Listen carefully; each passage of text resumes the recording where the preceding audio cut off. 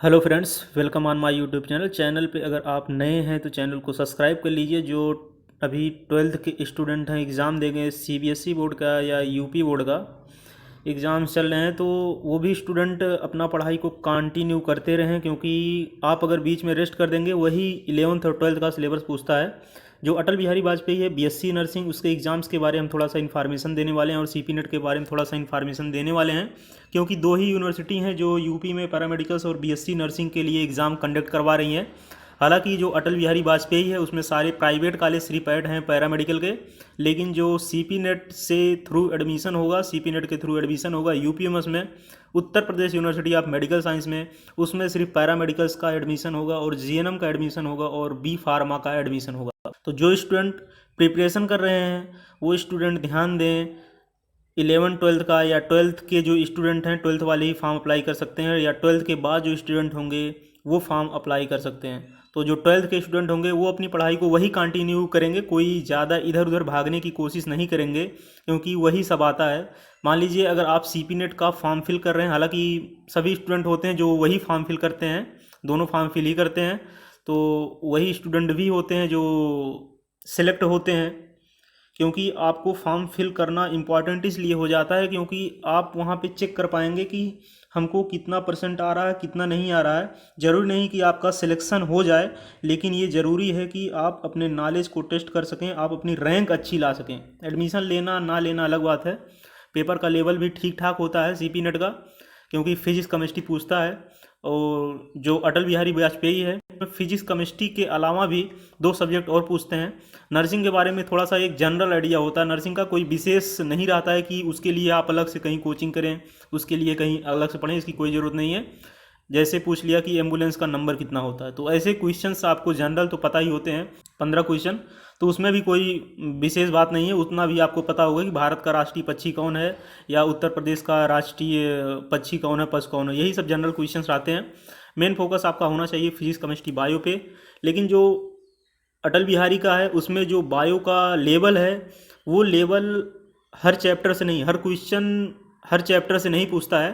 ज़्यादातर क्वेश्चन जो है आपके फिजियोलॉजी से पूछेंगे और क्लास 12th के पोर्शन से पूछेंगे।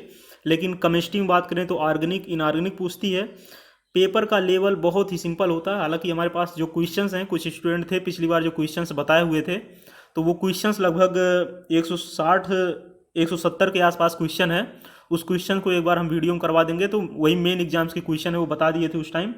तो आपको एक जनरल आइडिया लग जाएगा। क्वेश्चन इस प्रकार एकदम नॉर्मल क्वेश्चन पूछता है, सोडियम बाइकार्बोनेट का फार्मूला क्या है, बेकिंग सोडा का क्या है, या ऊपर से नीचे जा रहे हैं सीरीज में तो एसिडिटी बढ़ेगी कि एल्कलिसिटी बढ़ेगी, तो ये normal question, plus I minus I effect का, ये सब नॉर्मल क्वेश्चन जो है रखते हैं। मेन एग्जाम्स में नॉर्मल क्वेश्चन रहते हैं, कोई विशेष क्वेश्चन नहीं रहते हैं। तो एक क्वेश्चन हम करवा देंगे, लगभग जो हमारे पास 160-70 क्वेश्चन है, तो वहाँ से आपको एक जनरल आइडिया लग जाएगा। तो ये थोड़ा सा बात रही एग्जाम्स के ऊपर। और क्वेश्चंस आपको पता ही होगा कि 200 क्वेश्चंस आते हैं अटल बिहारी वाजपेयी में। तो 200 क्वेश्चंस आते हैं, उनमें से अगर आपके 110 क्वेश्चन है, जैसे इस बार 110 कट ऑफ गया हुआ था, नंबर अगर आपके हैं 200 में से 110 नंबर हैं, तो आराम से आपका सिलेक्शन हो जाएगा। आपको पता भी होना चाहिए इस बार 22 कॉलेज थे, लेकिन जो 2023 का सेशन होगा उसमें 9 कॉलेज और ऐड हो रहे हैं गवर्नमेंट के, 9-10 कॉलेज और ऐड हो रहे हैं गवर्नमेंट के। तो टोटल सीट्स की संख्या भी बढ़ जाएगी और कट ऑफ भी घट जाएगा। और सीपी नेट में आपको पता ही होगा कि टोटल सीट्स की यहाँ पे संख्या 600 है, क्योंकि 660 सीट थी, तो 60 सीट जो है यहाँ से हट गई है, वो चली गई है अटल बिहारी वाजपेयी में। तो इस सीट का एक जनरल आइडिया भी रहा और पेपर का लेवल भी हमने आपको बता दिया। जो अब ये आपको इन्फॉर्मेशन और दे दें कि एग्ज़ाम्स कब कंडक्ट होंगे। जो सीपी नेट का है, पिछले साल एग्ज़ाम कंडक्ट हुआ था जुलाई में, हमने पहले ही बता दिया था कि एग्ज़ाम जो है लेट नहीं होगा, क्योंकि कोरोना काल पूर्ण तरीके से ख़त्म हो चुका है। नीट का पेपर 7 मई को होने वाला है। इसके बाद सीपी नेट का भी पेपर वही होगा, लगभग जुलाई के लास्ट में या जुलाई के मिड में सीपी नेट का एग्ज़ाम कंडक्ट हो जाएगा।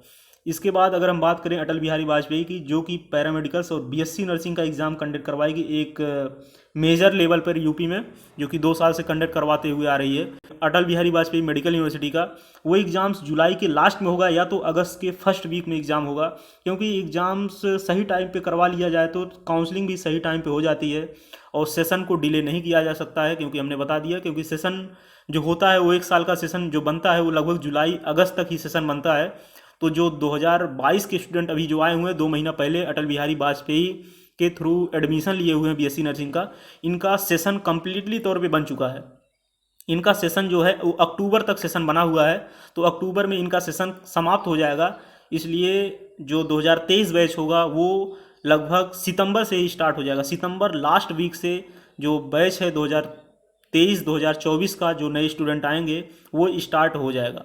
तो पेपर का एक आइडिया भी आपको पता चल गया होगा अटल बिहारी वाजपेयी का।